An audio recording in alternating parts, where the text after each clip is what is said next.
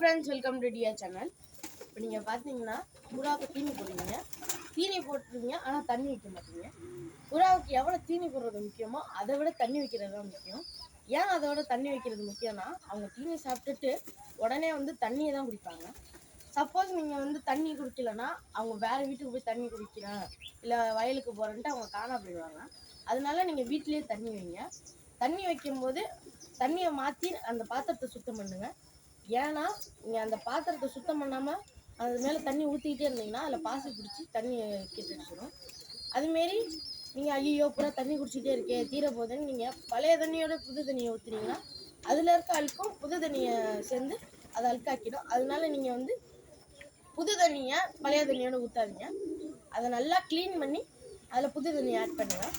நீங்கள் சப்போஸ் பழைய தண்ணியோடய அதை ஆட் பண்ணிங்கன்னா புறாவுக்கெல்லாம் நோயெலாம் வரும்.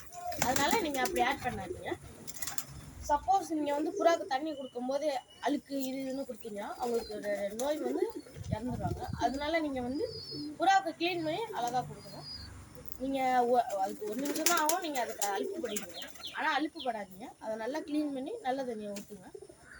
வீடியோ இப்போ தான் நீங்கள் ஃபஸ்ட்டு பார்க்குறீங்களா இருந்தால் சப்ஸ்கிரைப் பண்ணுவீங்க. இந்த வீடியோ பிடிச்சிருந்தா லைக் பண்ணுங்கள், ஷேர் பண்ணுங்கள்.